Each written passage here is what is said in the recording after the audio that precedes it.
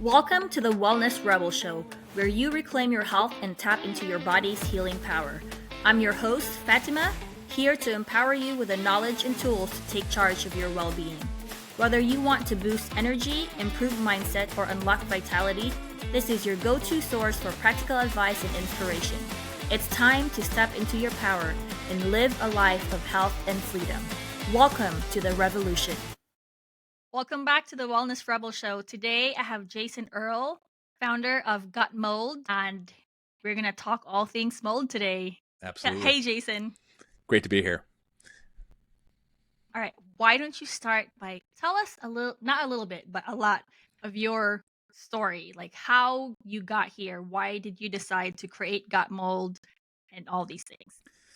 Well, first of all, thanks for having me. And I'm kind of the accidental mold guy. I don't think this is the kind of thing where, my little boys are not aspiring to be mold guys. I don't think that's a career track that's in the top 10 list. And it's certainly something that in retrospect, I don't think I think this is just exactly what I'm supposed to be doing. And it's just the way life unfolds. Sometimes you can make sense of it in retrospect. It's, the breadcrumbs go backwards, not forwards, right? So when I was a little kid, around 4 years old, I suddenly lost a lot of weight in a 3-week period. And so my parents were, notably concerned. And they took me to the pediatrician who said, you really need to take him to Children's Hospital. He's very ill. And so the initial workup based upon the symptoms I had and my family history was that I had cystic fibrosis, which it was a death sentence back then. And fortunately, six weeks later, they got a second opinion and they actually found out that I had asthma compounded by pneumonia and I was allergic to every single thing they tested me for. So it was grass, wheat, corn, eggs, dogs, cats, cotton, soybeans, all this stuff. And I was growing up, living on this little non-working farm outside of Princeton, New Jersey, where I was surrounded by all those things in great abundance. And so I lived on inhalers and, struggled with just the weight of asthma for most of my childhood.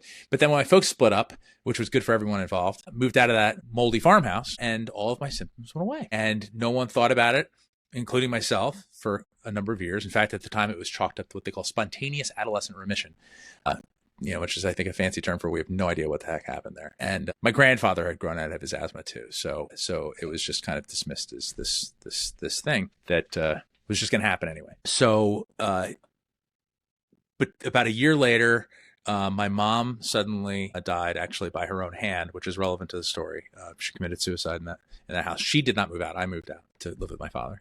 And I'll explain why that's relevant a little bit later. And then a year after that, I was diagnosed with Lyme disease. It's still unclear whether I actually had Lyme, but I did have the diagnosis and I did have the treatment. And I was presenting with symptoms, but Lyme is the great masquerader or the great mimicker. So it's hard to say in retrospect. But the antibiotics probably did more damage to me, honestly, than was ever expected. And that also is relevant to the story. Then through a series of crazy circumstances, I ended up having to drop out of high school. And I started working full-time at the gas station. And that's where I met a guy who I fixed his tire and he recruited me to come work on Wall Street. And it's a fairy tale story. I ended up going at 16 years old up to New York City. It was my first real job. And a year later, I ended up being the youngest licensed stockbroker in history. I've got a Guinness World Record up on the wall there. Total fairy tale. I was the least likely to probably end up on Wall Street, my high school. And I did it for about 9 years and I had a great career and I was having fun until I wasn't, at which point I decided to just walk away and I put 20 pounds of stuff in a backpack and went traveling. And while I was away, I spent some time in Hawaii and I was reading a local newspaper about a guy who had gotten sick, an article about a guy who'd gotten sick from the hotel where he was an employee. He blamed the mold in the building. And at the time I was there, the building was in the middle of a remediation. Turns out it was the biggest mold remediation in modern history. It was a 50 million mold problem. They had gutted the whole building and rebuilt it. It was a $90 million new construction and a $50 million remediation. So it was clearly there was some problems there. But his story was so remarkable to me because he had developed adult onset asthma, something I'd never heard of before, and all these allergies to things that he had never had a problem with. And so I had this deja vu moment where I thought, geez, I was brought back to my childhood. Geez, I wonder if that's why I was so sick and why I'm no longer allergic to anything. I haven't had to use an inhaler since I left that house. And so the pieces of the puzzle just really came together for me. And it was like a light bulb went on. And I became immediately fascinated, not with mold, as fascinating as it is, and it really truly is, but really the idea that buildings can make you sick. That was a huge idea for me. And thankfully, 20 something years later, it's become a big idea for many, many millions of people, hopefully, who are listening to this podcast. But it was a new idea for me. And I think it was very much a new idea then. And in recent years, I'll circle back to what kind of got me to the recent years, but in recent years, I've become more fascinated by the idea that buildings can actually help you heal. So when a building is, in fact, in balance, that it is free of mold or moisture problems, and I emphasize moisture problems because that's what the basis or the root cause of all of this stuff is moisture issues, and also free of a high chemical burden, then the people who are living in those buildings suddenly have more abundant health in general. In other words, their autoimmune disease will tend to, simmer down, and, other ailments that are not directly tied to mold in an obvious way, suddenly seem to go by the wayside. And so, but between those two awarenesses, the idea that a building can make you sick and the idea that they can heal, has been quite a journey. And it's been a journey of awareness for me, as I learned more and more about how buildings work. And so just really quick, sort of the arc of it was that I came back from Hawaii armed with curiosity, took a job working for a mold remediation contractor, and quickly saw that they were a bunch of thugs, and realized that there was actually probably an opportunity to help protect the consumer from these guys, and to also learn in the process. So I began doing free inspections at night, to help people and also see really what that was like. And people started offering me money. So I decided that that was probably a good path for me. And right around that time, I discovered that a guy who'd been training mold sniffing dogs in Florida, and trained a mold sniffing dog. And so I thought that was brilliant. And so I went down to meet him and ended up coming home with one of the world's first mold sniffing dogs. My family thought I'd lost my mind. My friends all thought I'd lost my mind. Here's the youngest licensed stockbroker in history with a mold sniffing dog. So, there were some questions around that, but it turned out to be one of the best things I've ever done. So we ended up with a lot of national press. The press descended upon us. They were so curious about this dog who could go into a building and in a few minutes find all the hidden mold. And so we had Channel 6 Action News try to debunk us. They hid a bunch of mold in the house, and they had us go in, and we found it all in 3 minutes. So instead of debunking us, they endorsed us. And so that just created this onslaught. And so it never stopped. It was Good Morning America, Extreme Makeover Home Edition twice, all these shows. And I've got boxes of books and magazines and newspapers. And it's just like, I never had to advertise. And that company became 1-800-GOT-MOLD, the mold inspection company.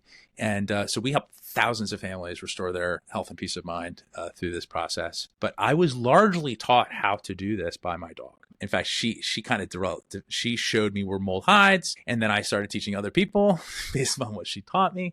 And so in many ways, my mold education came from Oreo, my four-legged mold detective. And then in recent years, I became more and more frustrated by the fact that most people couldn't afford a professional inspection through us. And this is a major problem in the industry because it is, in fact, the gold standard. Professional inspection you cannot replace a professional inspection by a qualified inspector. So I then took my resources in terms of industry relationships and sort of embedded knowledge to create an at-home test kit that lets people use the same devices the professionals use, but without the cost or hassle of trying to find and hire one.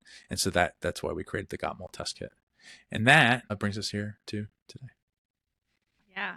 And it's amazing because I know that it's like captures samples from the air, right? And it compares the amount you have outside. That's obviously it's naturally occurring. We're in an environment with mold, but we don't want it inside the house where there's extra moisture and growing and causing health issues. And I loved it when I got it, and I love the concept of how you can reuse that unit that captures the air. You just have to get the cassette tapes. Is it called cassette tapes? Just the cassettes, Or yeah. is it just cassettes? Just cassettes. No, because I remember we were trying to buy a house in Lake Tahoe in 2020, and obviously I wanted it to be checked for mold because it's Tahoe, and a lot of the houses there, every time we looked at it, it's like full of mold on the windows because they're vacation homes and no one's really maintaining them, especially in the wintertime. But then someone had told me that the ERMI was the gold standard. So I also got myself an ERMI and collected my own dust while the other guy, the mold inspector, did the cassette testing. Which I think the cassette showed like there was nothing. Then my Ermi was like, oh, there's mold, blah, blah. But there were signs of mold, like it smelled musty. But we ended up not getting the house, even though the lady was like, we'll cover mold remediation. And I'm like, well, we don't even know like the extent of the mold damage or whatever, because once you take a wall apart, it's like, oh, you're gonna keep taking walls off. It can be Pandora's box. Yeah. So tell me, like, when you mentioned you did 1-800 got mold or something like that. Mm-hmm. So how is that? Do you guys like take off walls, and like how's that process when you do like mold inspection and the remediation? So right now it's kind of like the wild, wild west. People just do whatever they think is, honestly, it's profit driven mostly. And there's no standardized inspection method, but there is an IICRC S530 inspection standard coming out, believe it or not. So this is an industry standard that's put out by the Institute of IICRC, which is the Institute of Inspection, Restoration, and Cleaning Contractors. And so they have a water damage standard and they have a mold remediation standard. And so that's very much established, those two things. How do you handle water damage when it happens? What are the timelines? What are the procedures? What are the do's and don'ts? That's very well established. There's the rules of the road, right? I've got the books right here. Same thing with mold remediation. But there's never been a written standard for how to do an inspection. And so when I first started doing this 4 years ago, which is crazy, it was the wildest of the Wild West, right? Because there was no such thing as a mold inspection company, quite frankly. We were one of the first pure mold inspection companies out there. And so the goal was always to be highly effective, but non-destructive, minimally invasive. And so the worst we ever did was drilled a hole in the wall 5/16 in diameter, and then we patch it afterwards. So there was no concern about quote unquote cross-contamination, which is really not that much of a concern as it turns out, but people were worried about that. So our process was to do a very comprehensive intake. First of all, the phone, we'd talk for half an hour, and then oftentimes sit at the kitchen table for half an hour to an hour in some cases. It was a real, we were going to learn about the building history and also the health of the occupants. Buildings don't call you, people call you. People have problems. Buildings have issues that need to be addressed, but the people are the ones with the problems. That's why you're there. And so we need to understand why they're having a problem, and because sometimes it isn't the mold and sometimes it's just one piece. And so it's not a one size fits all. All of this is very unique. It's bespoke. This is biologically unique. I should say a bio individual. Yeah. And everybody interacts with their home in a different way. Even, in fact, 5 people living in the same building will have 5 different responses to an environmental concern. In some cases, some people think that they're not having a reaction at all until it gets cleaned up, and suddenly they feel better and they realize that they were sick too. So, really spending a lot more time talking about the health and the building history and whatever we can gather. And then a physical inspection, which is a very comprehensive, detailed. We would follow a search pattern, doing a visual inspection throughout the entire house on a circular sort of spiral fashion from the bottom all the way to the top. We do an outside walk looking for defects that could lead to intrusion, looking for any signs of mold or moisture problems indoors, obviously recording all of it. And then we would also use infrared thermal imaging cameras, laser particle counters, and of course, mold sniffing dogs. And so the combination of those things, we would layer on these different screening methods so that we could get a better idea of where the moisture problems were. I want to make this clear. We were calling it a mold inspection. People were calling us for a mold inspection, but we were really doing moisture inspections.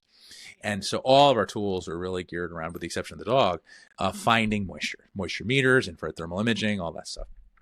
And so the testing came at the end. And this is a really important point.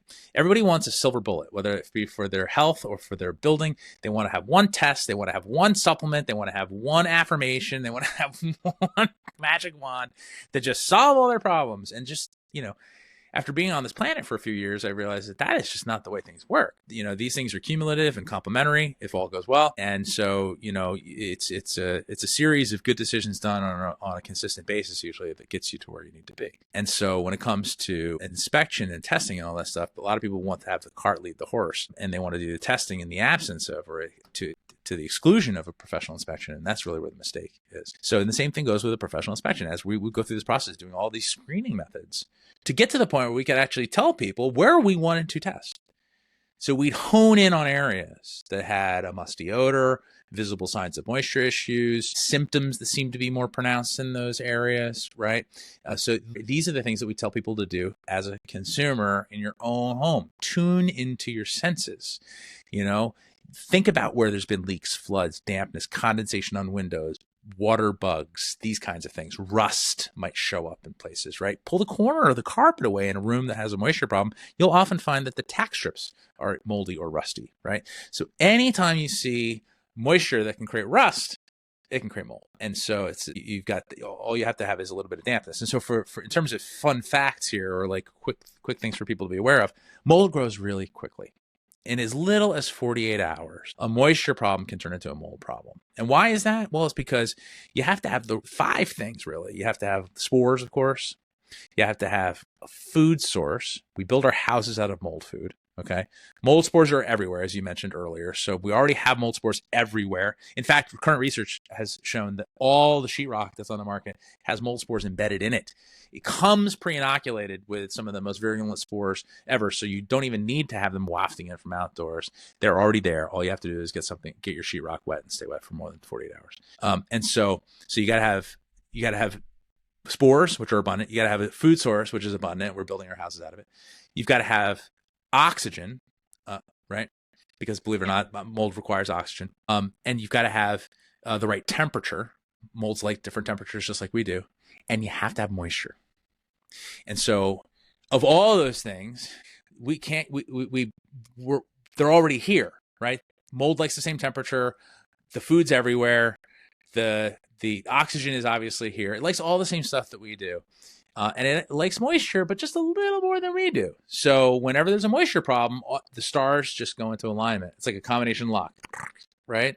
And then the metabolic process begins and mold begins to grow. And so that happens within 48 hours if the conditions are just right. 72 hours is really considered to be the threshold for insurance companies. Look at water damage that's more than 3 days old and call it mold, whether it's moldy or not. In fact, they won't pay for water damage repairs that are more than 3 days old because it's considered mold. So it's very important that if you have a moisture problem, you act very quickly. And so when we're doing an inspection, we're looking for signs of moisture, past and present, and also anything we could do to prevent it. And then we're going to go do the testing in areas, both air sampling, surface sampling, or in cases where we believe there's mold in a wall, we'll drill a hole into a wall. And then we take all that information from the observational data, from the customer's testimony, what did they tell us about their building history? And we stack all that up. And then we also use the testing to help us map out where remediation needs to be done, or in some cases where investigative demolition may need to be done. And so that's the point where you might actually bring in a contractor and say, let's cut some holes in the walls. And we're going to do this under specific conditions. We're going to put a tent around that's workspace so that the dust that's created during that work stays in that work area. It doesn't contaminate the other space. A lot of people just say, I'll just cut a small hole. It's a little hole like that. I mean, if you cut a 1 square foot hole or even a 6-inch hole, you can contaminate an entire house that way. Yeah. So, you want to be cheap on it. Cheap people pay twice. So it's a mold inspection business. Unfortunately, most of the mold inspection companies out there right now are either tied to a remediation contractor, which means that they have an ulterior motive, or they're in many cases working with functional docs that are referring patients to them, and they're high on ERMI, and because it creates so much fear and panic, and it creates a follow-up inspection or follow-up remediation, detox protocols. I mean, there's avalanche of money being wasted on unnecessary and often harmful interventions, both in the building and in people's physicality, based upon ERMI tests and these mycotoxin urine panels. It's a big scheme. I mean, I stopped short of saying it's a scam because I don't think many of the people that are doing it know it. But it's a big money grab, and unfortunately, I think more people are being harmed than being helped. Yeah. So, what is the problem with ERMI testing? Oh, it's a long list. In fact, you know what I'll do?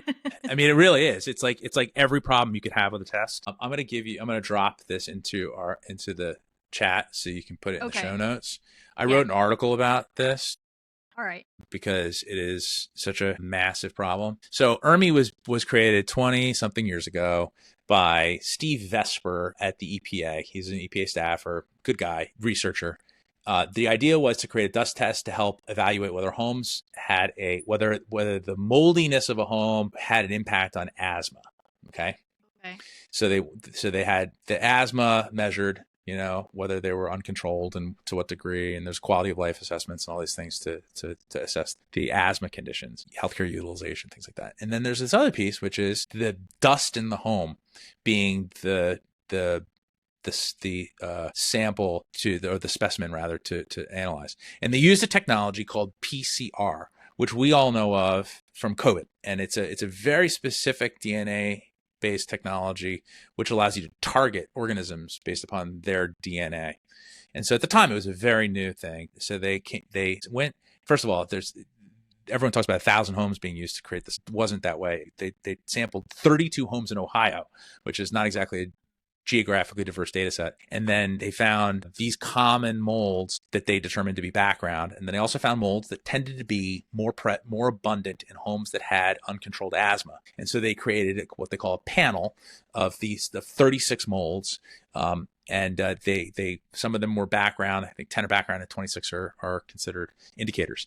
And so then there's a ratio, there's some math to figure out, whether or not there's a quote unquote alert condition. And then there's this numerical output, which is what they call your Earle score. Yeah. And it's a gradient number. What we find, first of all, it's a 20-year-old genomics test. Okay. I can't think of anything that's advanced more in the last 20 years than genomics. The fact that we're still using a quote unquote test that's that old, that only looks at 36 species when there's 100,000 known to science, roughly, that have been identified and described. This is extremely narrow. This is like driving down the highway using a laser beam for headlights instead of your high beams, right? It's just like you're going to run into something, or you're going to miss a lot. And so it's like, it's unbelievable. Also, the test itself, if you Google Earle EPA, it tells you right there. If you Google EPA Earle, the website shows up, epa.gov. Should I use Earle to test my home? And it says unequivocally, no. Earle is a research tool developed by the EPA for the program I just described, and it is only to be used as a research tool. It's so bad that a grant was given out by EPA to develop a new test because it's being so badly abused. Yeah. So everyone says it's an EPA test. It is not an EPA test. An EPA staffer developed it, by the way, and got paid royalties, which I think is a conflict of interest. I don't think he should have got, because he developed it on EPA's budget. So I think the U.S. taxpayers should be getting those royalties instead of Steve Vesper. But the point is that it is a test that is not a test, is a research tool, and it is wildly prone to false positives. In fact, so many people use it, and whenever I beat up Earle, they go, "Oh, I don't use the score." I'm like, that is Earle. It is environmental relative moldiness index. The number is the Earle. The method is PCR. You can use PCR if you want, but the score is what actually makes it Earle. And so it is also the standardized testing the method. So where do you grab the dust? They tell you, oh, just grab it from here, grab it from there.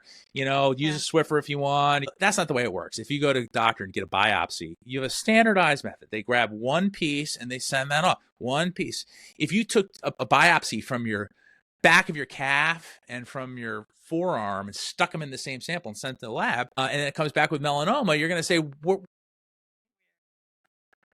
and Earle is like, no, just grab dust all over and send it, it's extremely non-specific. I mean, it's specific in the sense that it actually by definition finds the molds that it's targeting, but it is a wildly inaccurate tool when it comes to diagnostics. It is not a diagnostic tool. It is a screening tool at best. But again, the index is so wildly prone to false positives. And the reason for that is because it actually takes the PCR, this is kind of technical, but the PCR targets the genetic material. And so if there's a spore that's been broken up into a bunch of pieces because it's old and it's been turned over in the dust, because that's what happens. It just breaks down into, smaller and smaller bits. PCR will count all of those pieces as organisms. And so you can end up with a Stachybotrys spore, which is the black mold that everybody worries about, which, by the way, is worrisome because it's indicative of major chronic water problem. But it's not the only mold to worry about. It's just the one that's got the big bad name. If that spore breaks up into 20 pieces, it shows up as 20 spores. It's not 20 spores. And so it has it counts very poorly. And so as a result, it amplifies the outcomes in a way that creates a lot of fear and panic, which walks you right into the mouth of predators, honestly. Yeah. And so there's a million reasons why ERMI is a problem. And I actually think it's a tool of abuse. It's not a test. I don't get why they call it the gold standard now. Because it's been hijacked, and it's got more of a cult following, and you can tell how inaccurate it is if you bring it up, people get mad. Yeah. You know what I mean? It's not objective. It's more like, it's like challenging religion. Don't talk about religion or politics or ERMI, because people will get all hot under the collar. Similarly, people will say that the petri dishes, you should use these petri dishes. Did you see these? They're very common. Yeah. In the hardware store, but also a lot of doctors or providers use it. So I'll drop another piece. I just wrote this. I just published this about these. We call them the mood rings of mold testing. It's like a novelty, but people are making very important decisions based upon these tests that are not tests. They are, in fact, glorified science experiments at best. And so, and what I will say is this: my test, which uses the same devices that professionals use, but makes it simpler and easier to do. Or any test, even a mold dog, you do not make important decisions based upon one data point. Right? You don't immediately call a remediator because you've got a high ERMI or a petri dish or even a mold sniffing dog or even high spore counts. And also, so because you need to have context, you need to have more information. You need to be able to paint a picture. And that picture is the presence of a moisture problem, past or present. You have to find it. Mold grows on surfaces. If you don't find mold growing on a surface, okay, that is the bottom line. Mold does not grow in the air. Does that make sense? Yeah. So you have to find the moisture problem. If you don't find a moisture problem, you probably don't have a mold problem, especially if it's not showing up in air samples and you can't find a moisture problem. Chances are you don't have one. That being said, if you have symptoms that don't improve when you leave the building, you can still have a sick building and not have a mold problem. Okay. And that's a very common issue with chemicals. Yeah. We build modern buildings with, first of all, paper mache, very mold friendly. And then we layer them. We line them with petrochemical finishes, polyurethane, paints, adhesives, varnishes. And then we order our furniture from overseas, and it comes in with formaldehyde and stain resistant coatings and all this kind of stuff. And so, and then the buildings are very, very tight. And, we breathe 13 to 15 times a minute, which comes out to 20,000 times a day. And little kids breathe a lot more. The little babies breathe up to 100,000 times a day. And that means that they actually have 5 times the exposure per pound of body weight than we do to the same pollutant. So your baby next to you breathing the same air has 5 times the exposure to the same pollutants.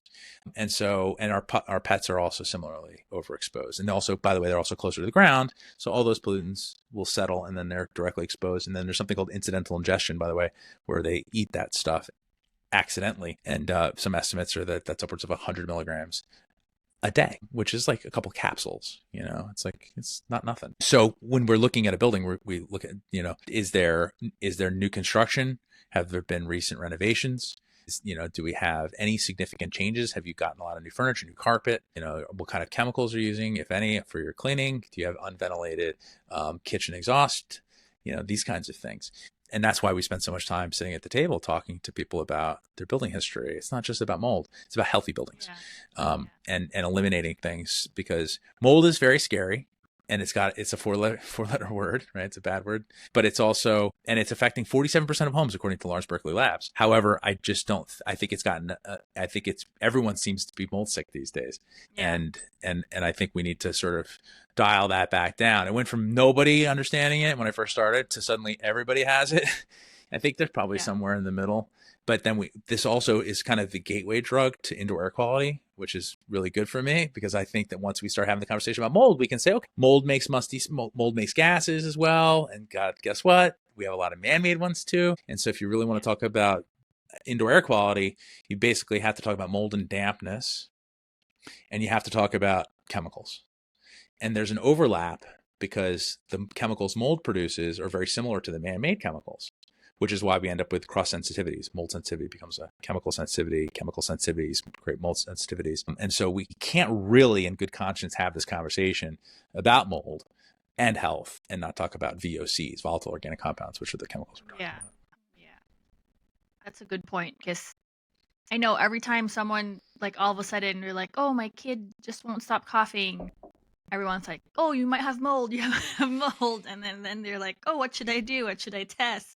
What test should I get? All these things.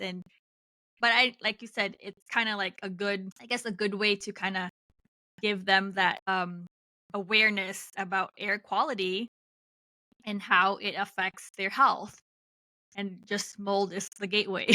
It is. I mean, I hate to say it that way, but my job is to create awareness and to help people understand the impact of indoor air quality. There's a big movement with Make America Healthy Again. And I love that. And I'm a big fan of the whole, let's get our food supply clean. You can't go out to dinner without eating glyphosate. It's really disgusting what's going on right now. These are my two big passions, really. And I always say, if you really want to get healthy, it's air, food, and attitude. But the Make America Healthy Again is exciting to me because we need to for the nation to heal. We need to heal our soil, and we need to heal the food supply and all that stuff. And that's foundational. But we only eat 3 times a day. And if you're intermittent fasting, maybe less, right? But the thing about breathing is that you're breathing all day.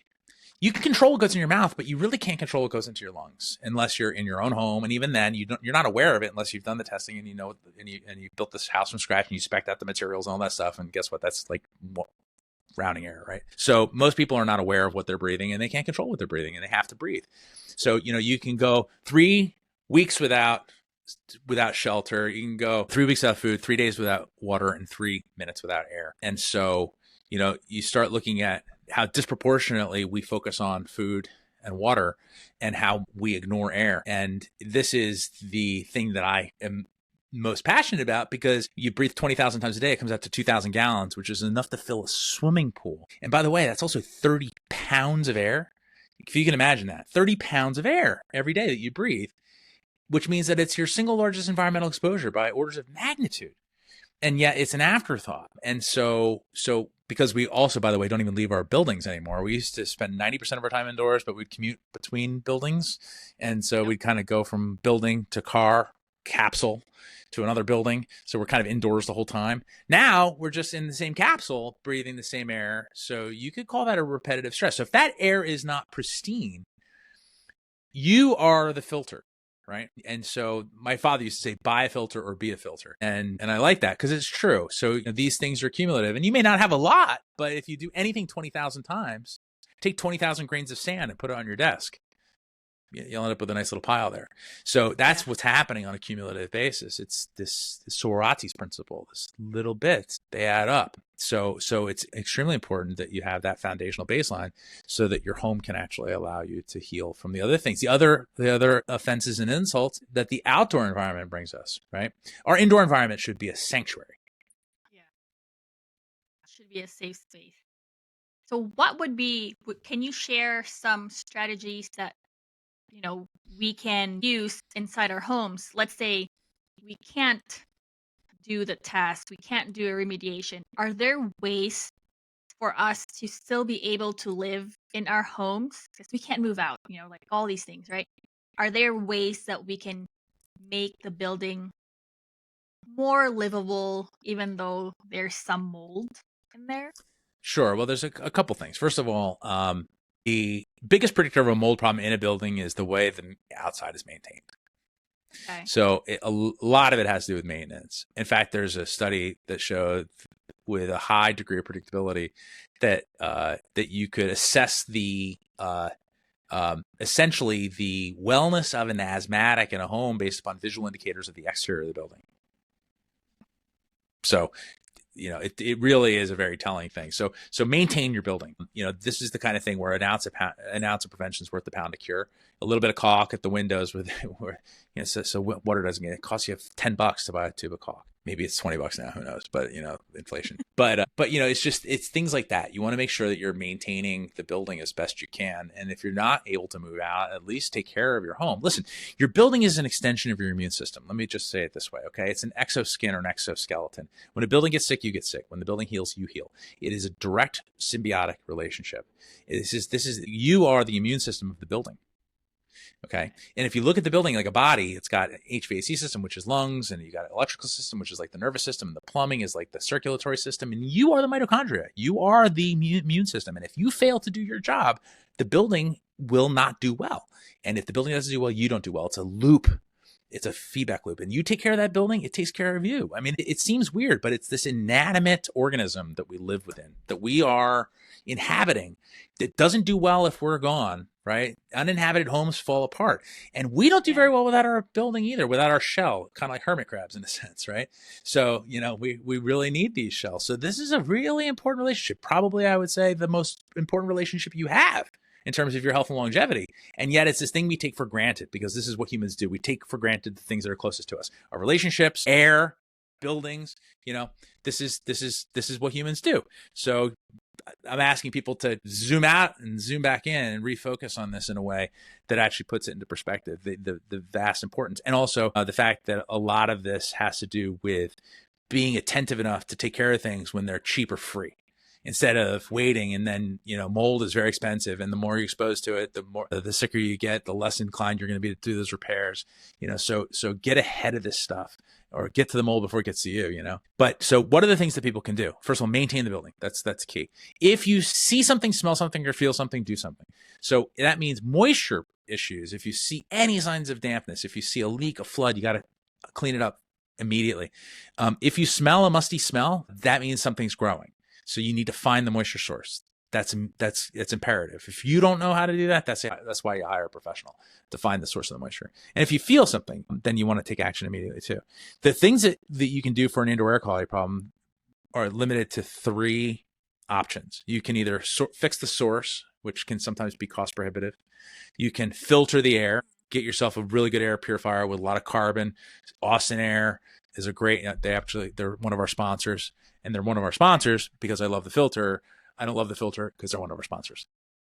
And they've got a lot of carbon, probably the densest carbon in the industry, next to IQ Air, which is another really great air purifier. Not such a great company. Great air purifier. And so you want to make sure that you're running that 24/7, 365. And you want to swap out the carbon filters at whatever cadence that the manufacturer suggests, because they get saturated, and that's what takes the musty smell out. Emerging science is that the mycotoxins, which everyone worries about, are probably responsible for a small percentage of our mold-related illness, and the musty smell, the chemicals that are in it, are probably responsible for most of it. So we want to get that musty smell, and the VOCs that are from the building will also be captured in that. And so the carbon filter is a key investment, and they range from a couple $100 to a couple $1,000. But you can get a really good air purifier from Austin Air for, between $500 and $1,000. And I highly recommend them in bedrooms and areas of where you spend the most time. Also doing things like getting humidity gauges and putting them in places like basements and crawl spaces and places that are outside, and keeping your humidity between 40 and 60%, which means that in basements, you're probably always going to have a dehumidifier, especially during the summer months. That's a small investment that you can make that pays big dividends. And do yourself a favor, have it set up so that it automatically drains, because no one ever goes down and empties it out. So Don't fool yourself. You're just not going to do it. And so you're going to go down there, smell the musty smell, and go, oh, I should have done it. Well, just there's a hole in the back, attach a tube to it, put it in the sink or in the sump up, and call it a day. So moderate humidity, keep it between 40 and 60%. So the other thing that you can do is you can dilute. You can bring fresh air in, and unfortunately, you can't. It's not really practical because you've got hot air, cold air, and humid air throughout the seasons. So bringing fresh air from outside can sometimes actually amplify the problem.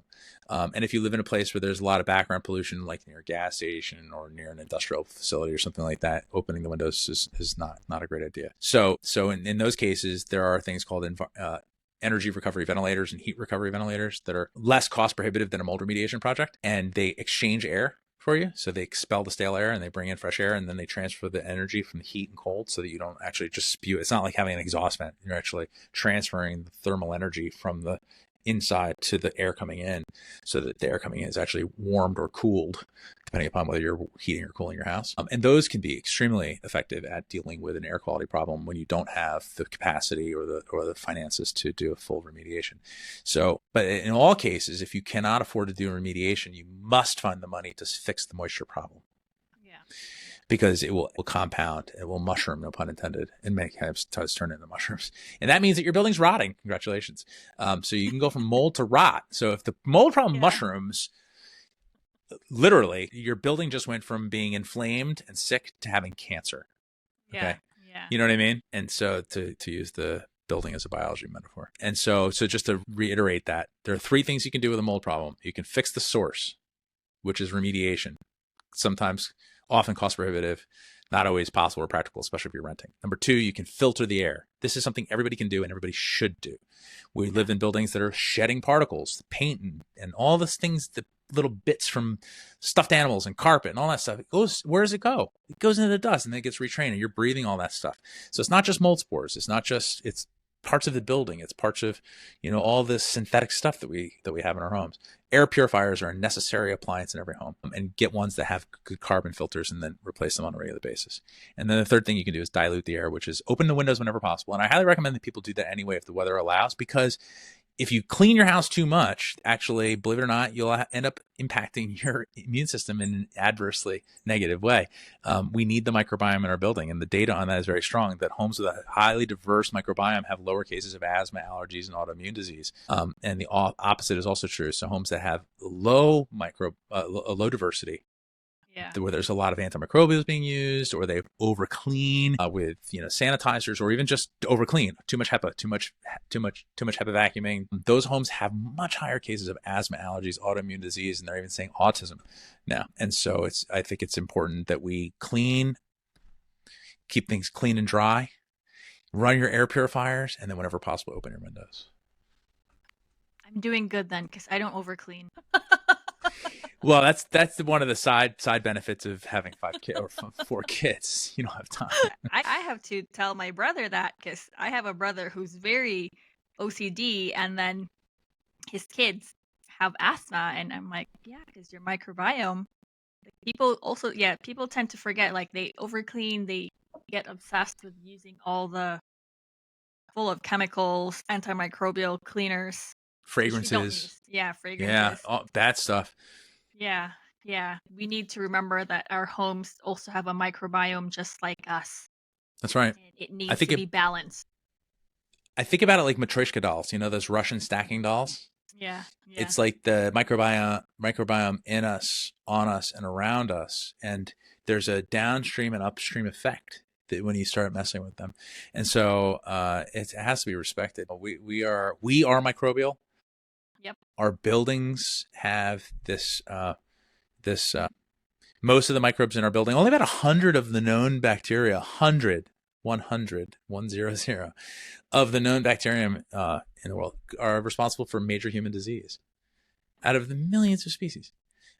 It's 100. It's insane. So we have a very funny view. It's actually not so funny. A skewed view on the way the microbial world works. And we think that all bacteria is bad and that mold is all bad. In fact, most of it is benevolent or at least benign. Yeah. That's so good to know. All right. I want to pedal back a little bit. You mentioned about how, with your mom passing and all that stuff. Let's circle back to that one so we can share. Yeah, good call. Thank you for closing that loop. Okay, so when I was 14, my mother committed suicide, and that was not a surprise because she was mentally ill and she was also an alcoholic, and so there's no really, you can't really pin the tail on the donkey and say this causes that. But as I got into the mold space, I was really, and I still am, I'm kind of obsessed with reading research and seeing what people are learning. And there was a big Brown University study that came out in 2008. They had initially been questioning or trying to debunk a study that came out of Oxford University that found that suggested mold and depression were related. And they put together this 6,000 person study. It's huge, where they also did the same kind of thing, where they had a quality of life questionnaire, basically like, how you feeling, Yeah.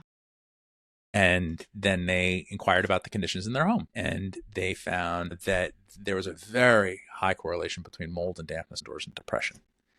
And they stopped short of saying why, because that wasn't the purpose of the study. Subsequent studies have gone further, but posit some questions. For example, is it possible that there's a chemical thing that mold makes you depressed? That alters your chemistry in some way.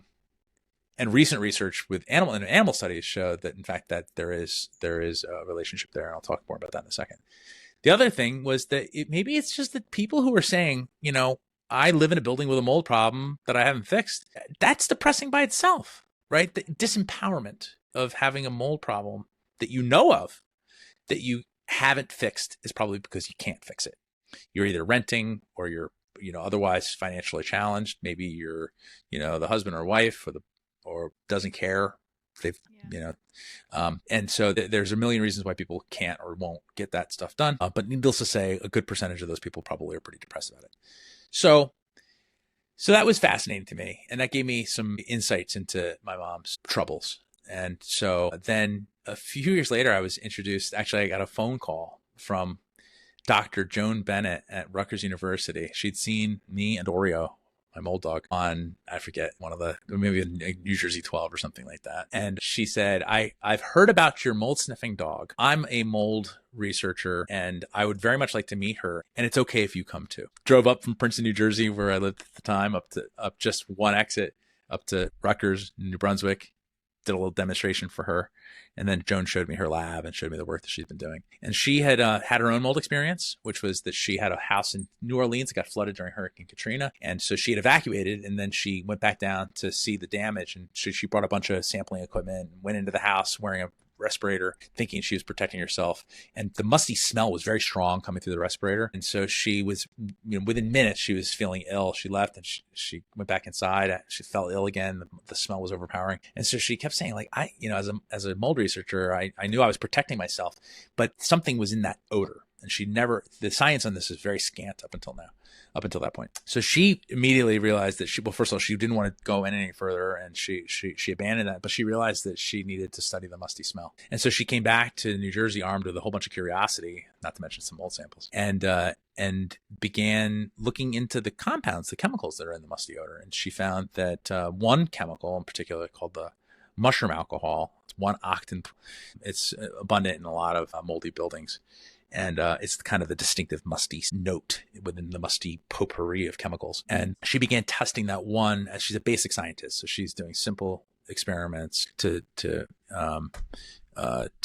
characterize things in nature. And so she began exposing this one compound to, there were plants, I want to say pea shoots. The other one was Drosophila flies, fruit flies. And these are special fruit flies. They actually fluoresce when they produce dopamine. It's amazing what you can buy online. And so she began exposing these fruit flies to the musty odor, and she found out that they stopped producing dopamine.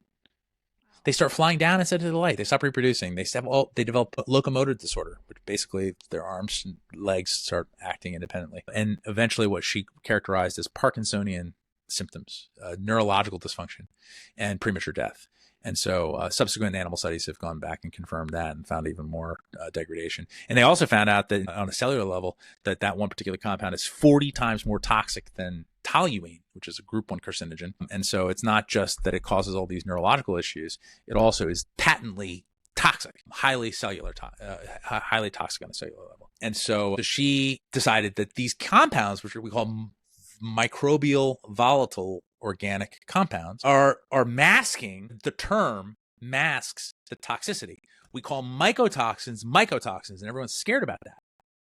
But there's other components that mold makes that are equally toxic, if not more toxic, that are not called toxins. They're not classified as toxins.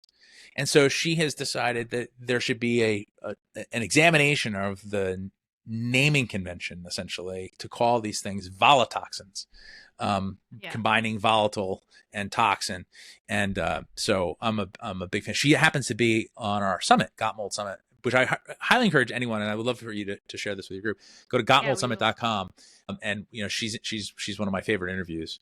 There's 34 of the top experts in the world there, and most of them are researchers with nothing to sell.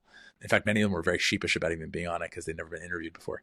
So it's quite a cute bunch, but brilliant people doing great work. And Joan is one of my favorites because she's really brought a lot of awareness to the idea that the musty smell, long dismissed as simply an aesthetic nuisance, is actually a health hazard. Yeah.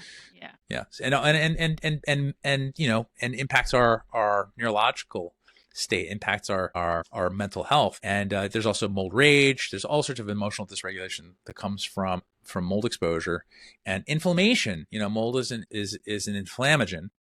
Yeah. And that's indisputable. And many of the psychiatrists these days are looking at mold, depression and anxiety as an inflammatory disease. You find very specific inflammatory profiles with cytokines and other markers in people that are diagnosed with depression. And so, the idea that mold might be linked to depression is kind of obvious at this point, although I don't think necessarily widely recognized, but it should be. And so, I now looking back at it, I obviously dodged a bullet by moving out, and and who knows whether or not my mom would have gotten better had she moved out, but I certainly couldn't have helped. That's very fascinating about the musty smell and the chemical compound it releases. Can we tie this back to why you say that the mycotoxins urine tests are not really that useful? Or I don't know, because I know, like, I don't ever really use that test either, because I know you kind of have to do like you have to take something to make sure that the mold, whatever mold's in you, is like releasing their waste in your body, and then it will be seen in your own waste, right? Yeah, they want you to. Sometimes they want you to take a binder or what they call a glutathione, something to provoke. Yeah, provoke. That's the word I was looking for. So they'll. But my understanding is that, and there's some conflicting opinions on this, and it shouldn't be an opinion thing, but it is, because these things are very poorly researched. We're talking about veterinary medicine. I just want to be clear. None of these tests are validated by any public health agency. Not to say that public health agencies have a great reputation these days, but certainly they're better than just like, hey, we're just a little company makes a test and then we start making major life decisions based upon that data. I'd rather have some degree of validation. At least sell it for informational purposes only, and let people make understand where it is in the hierarchy of data that you would base your decisions upon. Mycotoxin urine panels are based on veterinary medicine. Veterinary medicine is based upon food exposure in farm animals.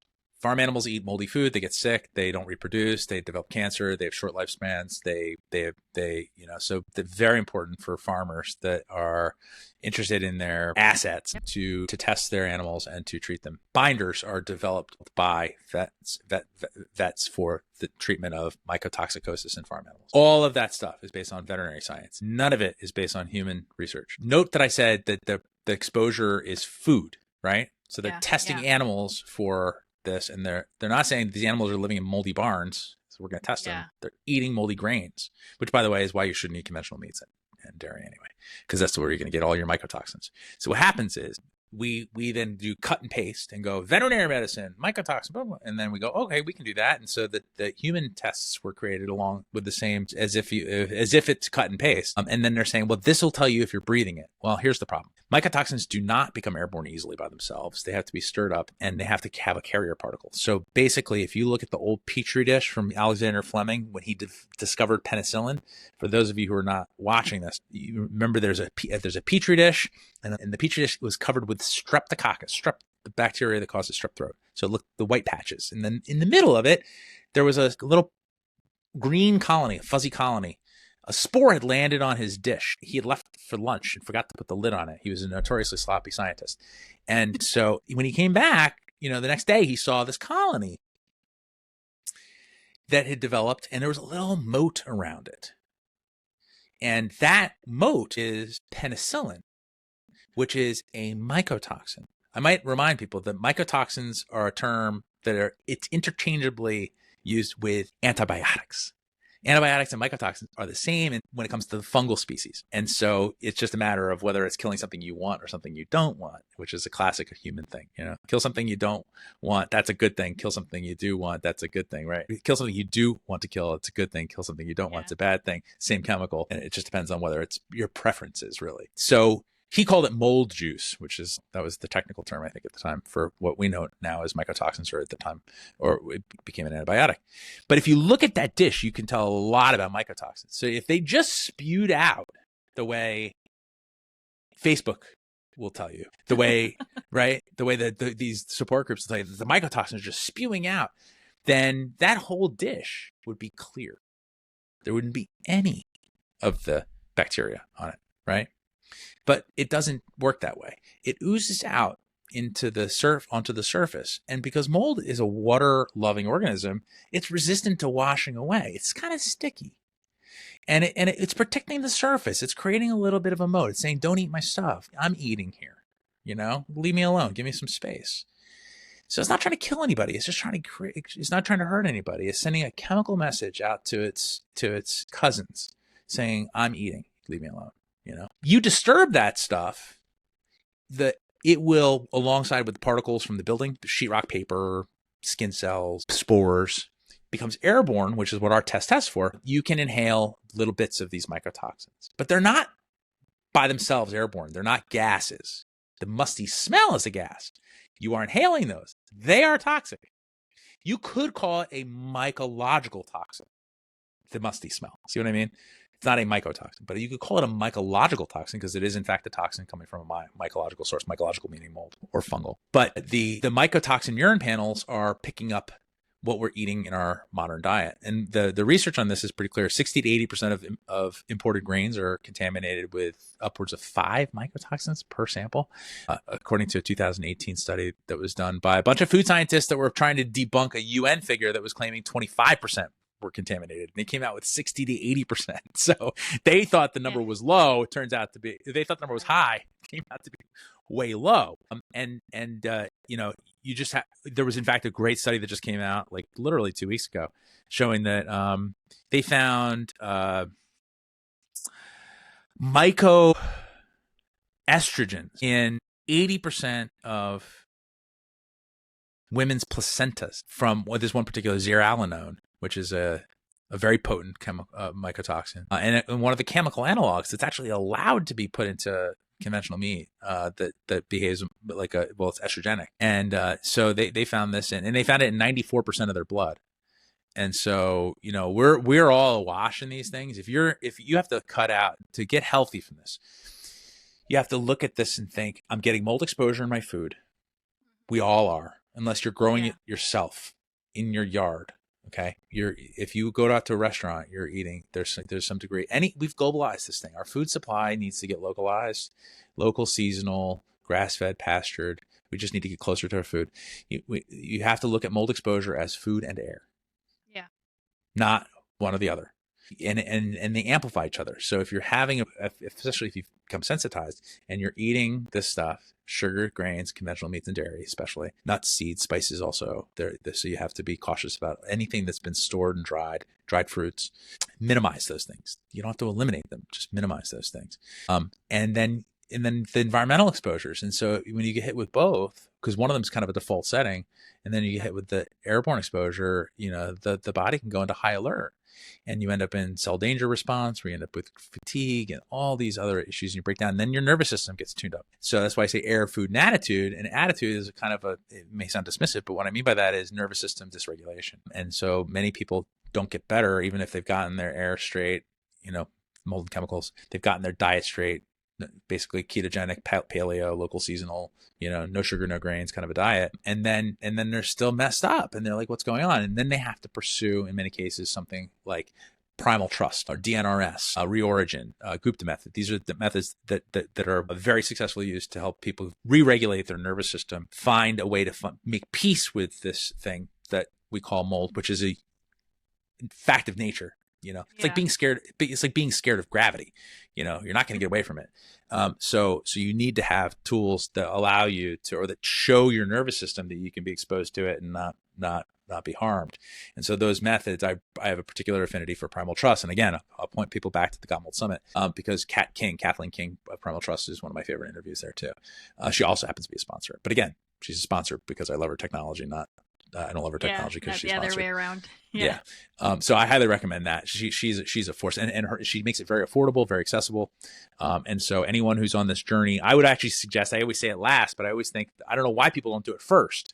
Do that first and it'll make your whole thing easier. But that's not the way it works.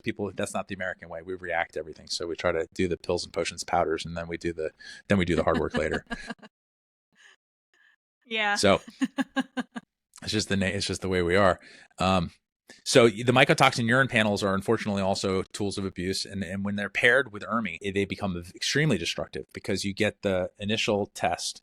I'm showing up to a doctor. First doctor actually will listen to me, right? All the other doctors told me that I'm crazy or that I'm making, whatever, a mold schmold. So I finally go into a functional doc who says they're mold literate. I'm literate, whatever. And then they sit down with me and they say, what you have here is potentially very real. And so just pee in the cup, we'll see. Yeah. Numbers are through the roof. Oh, well, see, you got to go do an ERMI and, you got to call this group like We Inspect, who, for example, notorious. And they go in there and they do all these swabs and wipes. They swab toilets and they're looking for, you can find microbes on every surface. So that doesn't prove that there's a problem. Presence is not equal exposure, and presence is not equal a problem. We live on, we are microbial, our buildings are microbial. And so then now you got a high mycotoxin urine panel and then you got a high ERMI and you go, whoa, see, they were right. Well, do that anywhere, and you do that in buildings that are absolutely healthy, that everyone is doing great, and you're going to have a high mycotoxin urine panel, and you're going to have a high ERMI. And the driving force behind that is someone needing validation, and they're not getting it from the modern medical institutions. So they get it from someone who actually that's got a $10,000 protocol to sell them, and then an $8,000 inspection behind that, and then $100,000 quote unquote remediation, which is really investigative demolition. And then oftentimes these people are told to relocate a million times, and relocating is necessary in many cases. But these people are running away from ERMI scores in perfectly normal buildings, oftentimes hopping out of the frying pan into the fire, living in hotels, which are notoriously chemically laden and moldy. Yeah, and moldy. And so the whole thing is a mess, and everybody, it's an extraction scheme. I see people spending hundreds of thousands of dollars without any positive improvement, without any improvements in health.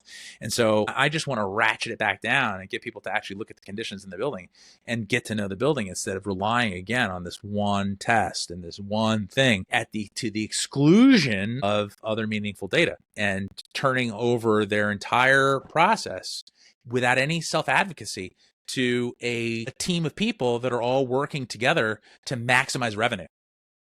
Make no mistake. And nobody wants to talk about it because they're ashamed, because they've just gone from not being validated to finally being validated, and then they get scammed, and then they're so ashamed they can't tell the people who wouldn't hear them before because they're crazier now. And so these people have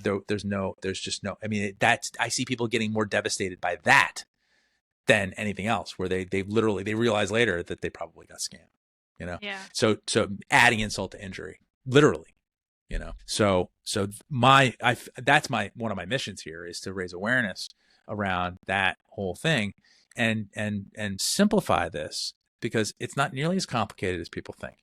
It is complex. It is difficult. It is confusing. But it's not nearly as complex as they want you to think it is, because it's within that complexity that they're able to take away your power. Yeah. So would there be so the best way to really kind of assess if you've been exposed to mold from moisture in your home would be symptoms, right? Like, we don't need to do tests. Like, we assess your symptoms, like how was your health before, and then maybe after you found out, like, or there's like when you suspected that there's might be a leak or something like that. So my suggestion is that you primarily think about this as a clinical diagnosis. And what that means is, what are the actual conditions that you can observe? And then also what are the signs and symptoms conditions within the building? And then what are the signs and symptoms with the people? Right? And do they line up? Are there conditions here that show that there's reason to believe that the conditions in the building do not support ideal health. You don't need to know the name of the toxin floating around in your body. You don't need to know the name of the burglar that broke into your house. You don't. Yeah. Right? It doesn't matter. You don't need a social security number, like it doesn't matter. It's meaningless data. So this idea that we're going to find out what mold is producing what toxin, and we're going to trace it back, and we're going to do this whole forensic thing. We just don't have the science for that. And not only that, it's a fool's errand. Yeah. It's just gonna cost money. And so my feeling is what you have to do is clean up, do the work. Okay. If you have those conditions, then get immediately towards, remember, source control if you can. If not, air filtration and dilution. Relocation if you can. Relocate if you can. If you can find a safe place, buy yourself some time. This is also a really good test. It is a test. Yeah. Stay somewhere else that's healthy and clean and see if you feel better. If you do, guess what? Go back and you need to figure out if it's chemicals, mold, or both. And, it's not always just those two, but that's 95% of the problems. Sometimes it's EMF. Sometimes there's other stuff going on. Right. So, you have to look at, sometimes you have to broaden it. And I would highly recommend that if you can afford a professional inspector, get a building biologist, because they're usually much smarter, much more well-rounded than a mold inspector, which is often an opportunist. Building biologists had to spend some time. They've gone into it. They understand more than just mold and moisture. And they also don't usually have ulterior motives. I find them to be extremely authentic in most cases. And there's not a ton of them, but they're worth their weight in gold. So as opposed to a mold inspector who just got a 3-day certification. So the clinical diagnosis: are the conditions in the building? Are there symptoms that seem to line up with it? Do you feel better when you leave the building? If you do, clean up your, get the air, air straight, get your diet straight. And then here's the thing: do simple things. Okay. Sauna is great. So sweat.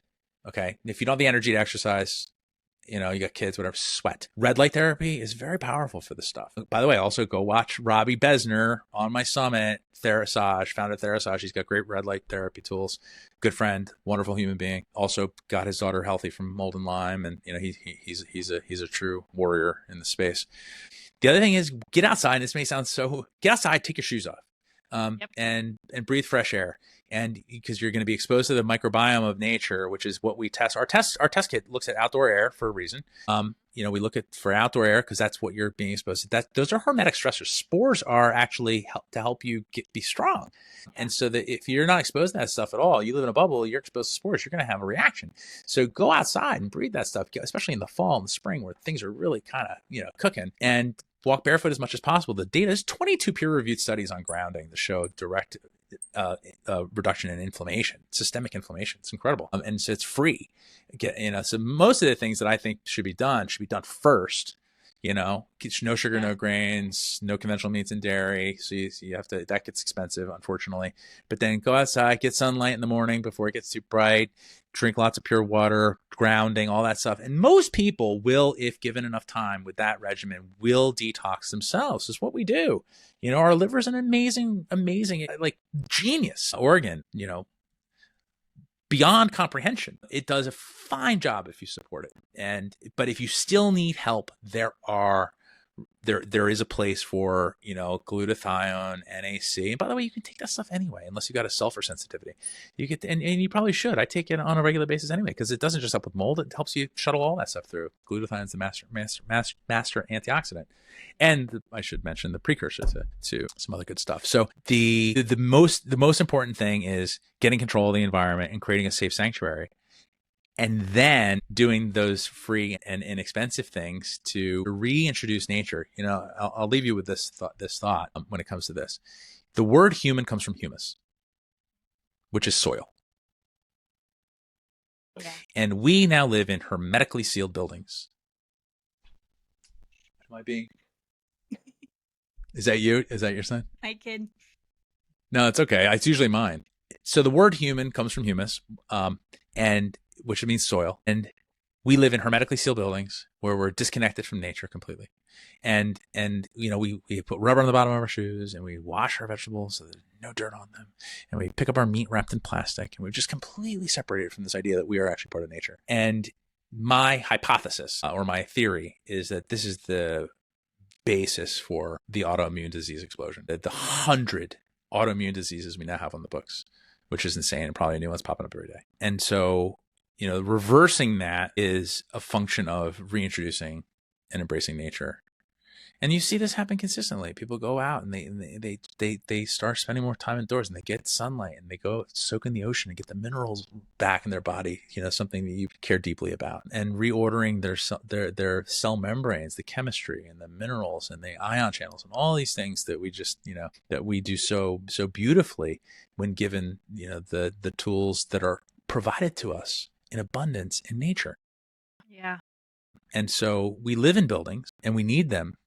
But we also need to remember our true heritage, which is that we are human animals, and we need to spend more time out in nature than we do. In fact, we probably should spend most of our time in nature. This whole fluorescent, all these lights. We're under siege, really, by the creature comforts that we've created, and I honestly think that we've become sickened by our comforts. And so this is my call to arms: is like I said, keep your house clean and dry, filter the air, clean the surfaces, do all that stuff. Be vigilant about mold or moisture problems. Maintain your building with love and care. And you care for your building, it will care for you. And then open the windows whenever possible and get your ass outside. I love that. Yeah, we tend to forget that the most basic things are the ones that will probably move the needle the most, although it's not as quick as what these people are searching for, like you said, like magic bullets, right? All these things. We just need to work on the foundations and have patience. Yep. You have to have a little bit of faith. The thing is that the basic stuff isn't sexy. Yeah.